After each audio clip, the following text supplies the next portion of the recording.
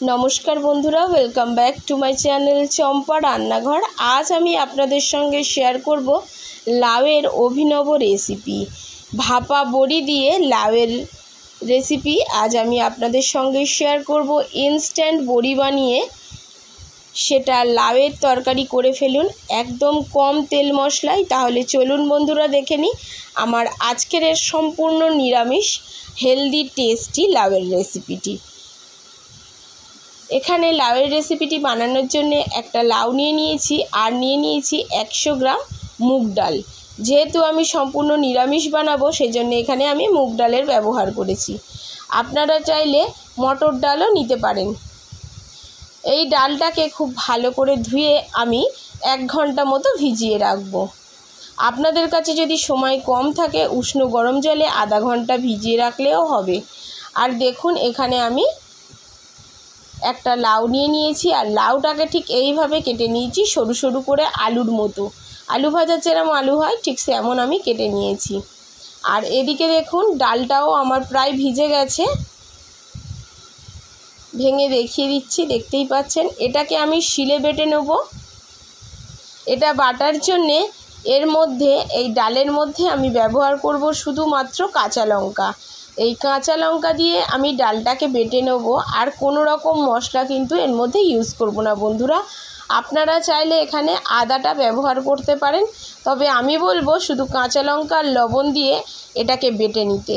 আর দেখুন আমি কাঁচা লঙ্কা দিয়ে শুধু বেটে নিয়েছি আর পরিমাণ মতো লবণটা মিশিয়ে দিলাম। এখন এই ডালটাকে খুব ভালো করে ফেটিয়ে নিতে হবে। প্রায় 10 থেকে 15 মিনিট ডালটাকে ফেটিয়ে নিতে হবে। যদি বড়ি, কেনা বড়ি খেতে অপছন্দ হয় বা সময়ের অভাবে কিনতে যেতে পারছেন না, তাহলে অবশ্যই একবার অন্তত আমার এই রেসিপিটা ট্রাই করে দেখতে পারেন। আর দেখুন খুব ভালোভাবে ডালটাকে ফেটানো হয়ে গেছে। এবারে চলে যাব সরাসরি রান্নার প্রসেসে। কড়ার মধ্যে আমি সেই কুচানো লাউটাকে নিয়ে নিয়েছি। এখনও পর্যন্ত কিন্তু আমি গ্যাসের ফ্লেমটাকে অন করিনি। এখন এই লাউয়ের মধ্যে দিয়ে দিচ্ছি একটু পরিমাণ মতো লবণ। আর কোনো কিছু দেবো না এখানে, কিন্তু বন্ধুরা জলের ব্যবহার করবেন না। এবারে গ্যাসের ফ্লেমটাকে অন করে দেবো। এবারে এই লাউয়ের উপরে একটা থালা আমি বসিয়ে দেবো, যে থালাটাতে আগে থেকেই আমি তেল বুলিয়ে নেব। একটা যে কোনো স্টিলের থালা এখানে বসিয়ে দিতে হবে, ছোট বড় যেমন সাইজের হোক। আমি এই লাউয়ের মধ্যে বসিয়ে দিলাম। লাউয়ের কিন্তু এদিকে মিডিয়াম ফ্লেমে দেওয়া আছে, গ্যাসের ফ্লেমটা মিডিয়াম ফ্লেমে দেওয়া আছে, আর লাউটা কিন্তু আস্তে আস্তে ভাপানো হবে। এখন এর মধ্যে আমি এবারে বড়িগুলো বড়ির আকারে দিয়ে দেব। ডালগুলোকে বড়ির আকারে ঠিক এইরকমভাবে দিয়ে দেবো। দেখুন, দেখতেই পাচ্ছেন। আশা করি আপনাদের আমি বোঝাতে পারছি যে কিভাবে আমি এই ডালের বড়িগুলো লাউয়ের মধ্যে দিয়ে দিচ্ছি। এটাকেই কিন্তু বন্ধুরা বলে ভাপা বড়ি, আর এটা হতে কিন্তু খুব বেশি সময় লাগে না। আর এদিকে বড়িগুলো হয়ে তৈরি হয়ে যাবে, আর এদিকে লাউটাও সিদ্ধ হয়ে যাবে। এবার এটাকে 10 মিনিটের জন্য ঢাকা দিয়ে রাখবো। আর এদিকে গ্যাসের ফ্লেমটা কিন্তু মিডিয়ামে আমি রেখে দিয়েছি বন্ধুরা। 10 মিনিট পরে আমি ফিরে আসছি। 10 মিনিট পরে আমি আপনাদেরকে দেখাচ্ছি। দেখুন বড়িগুলো কিন্তু বেশ হয়ে গেছে। উপর দিয়ে আঙুল দিয়ে দেখে নিচ্ছি, একদম শক্ত হয়ে গেছে। আপনারা একটা টুথপিকের সাহায্যেও দেখে নিতে পারেন, তবে আমি আঙুল দিয়েই দেখলাম, তো বেশ শক্ত হয়ে গেছে। এবার থালাটাকে তুলে নিচ্ছি। থালাটাকে এবার ঠান্ডা হতে দেবো। গরম অবস্থায় একদমই তুলতে যাবেন না, তাহলে বড়িগুলো ভেঙে যাবে। এবারে লাউটাকে একটু নাড়াচাড়া করে দেখে নিচ্ছি। দেখুন তলাতে কিন্তু এক ফোঁটাও লাউ লেগে যায়নি, আর লাউটা খুব সুন্দরভাবে সিদ্ধ হয়ে গেছে। এখন কিন্তু আমি কোনো রকম মশলা দিইনি, শুধুমাত্র লবণ। আর একটা পাত্রে কিন্তু লাউটাকে আমি তুলে নিলাম। আর দেখুন বড়িটাও ঠান্ডা হয়ে গেছে, আর চামচের পেছন দিয়ে দেখুন আমি তুলে নিচ্ছি, আর কত সুন্দর উঠে যাচ্ছে থালা দিয়ে। দেখুন বন্ধুরা,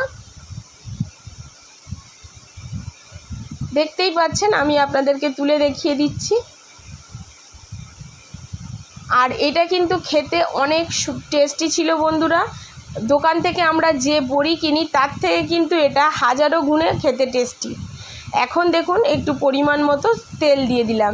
এখানে আমি 2 টেবিল স্পুন তেল ব্যবহার করেছি। দিয়ে দিয়েছি 2টো শুকনো লঙ্কা, 2টো তেজপাতা আর 1 চামচ গোটা জিরা। এটাকে একটু নাড়াচাড়া করে 30 থেকে 60 সেকেন্ড মতো আমি এটাকে ভেজে নেব।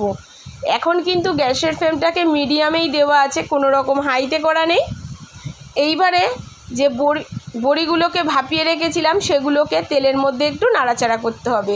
আমরা কিন্তু কেনা বড়িগুলোকে লাল লাল করে ভেজে নিই, এইগুলো কিন্তু হালকা নাড়াচাড়া করেই ভাজতে হবে। কিন্তু খুব বেশি তেলও টেনে নেয় না, দেখতেই পাচ্ছেন। হালকা নাড়াচাড়া করে ভাজলে হালকা লালচে একটা কালার আসবে। যখন কালারটা আসবে তখন আমি এর মধ্যে দিয়ে দিচ্ছি একটু হলুদ গুঁড়ো দিয়ে একটু নাড়াচাড়া করে নিচ্ছি। এর মধ্যে এবারে আমি যে সিদ্ধ করে রেখেছিলাম লাউটা সেটাকে ঢেলে দেবো এই বড়ির মধ্যে। এবারে আবারও একটু নাড়াচাড়া করে নেব। আর দেখুন বন্ধুরা, শুধুমাত্র কতটুকু মশলা আমি ব্যবহার করছি আপনারা দেখলে অবাক হয়ে যাবে। এতেই কিন্তু এই লাউয়ের রেসিপিটা একদম অমৃতের মতো খেতে ছিল গরম ভাতে। আর দেখুন দিয়ে দিলাম 1 চামচ মতো জিরা গুঁড়ো আর 1 চামচ মতো ধনিয়া গুঁড়ো,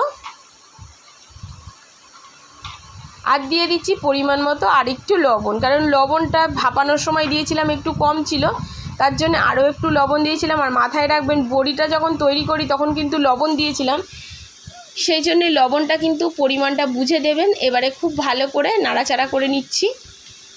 দেখুন বন্ধুরা, এবারে উপর দিয়ে দিচ্ছি 2খানা কাঁচা লঙ্কা।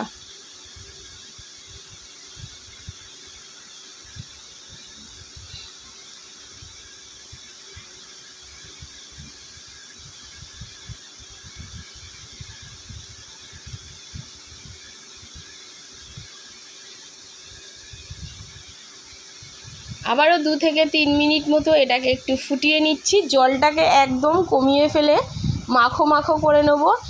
এটা কিন্তু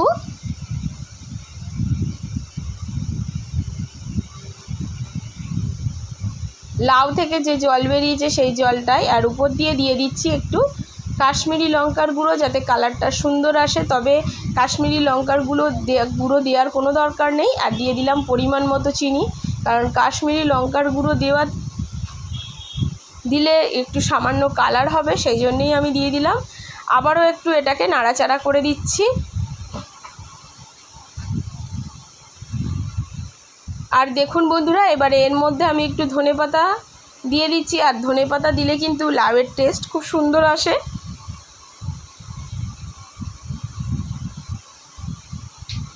এখন আমাদের লাউয়ের তরকারিটা সম্পূর্ণ রেডি হয়ে গেছে। আর কত সুন্দর দেখতে হয়েছে, কতটা সুন্দর কালার হয়েছে দেখতেই পাচ্ছেন। এখন দেখুন একটা পাত্রে আমি তুলে নিচ্ছি। অবশ্যই আমার এই রেসিপি ফলো করে একবার এইভাবে লাউটা বানিয়ে খেয়ে দেখবেন, আর আমাকে কমেন্ট করে জানাবেন যে কেমন খেতে ছিল।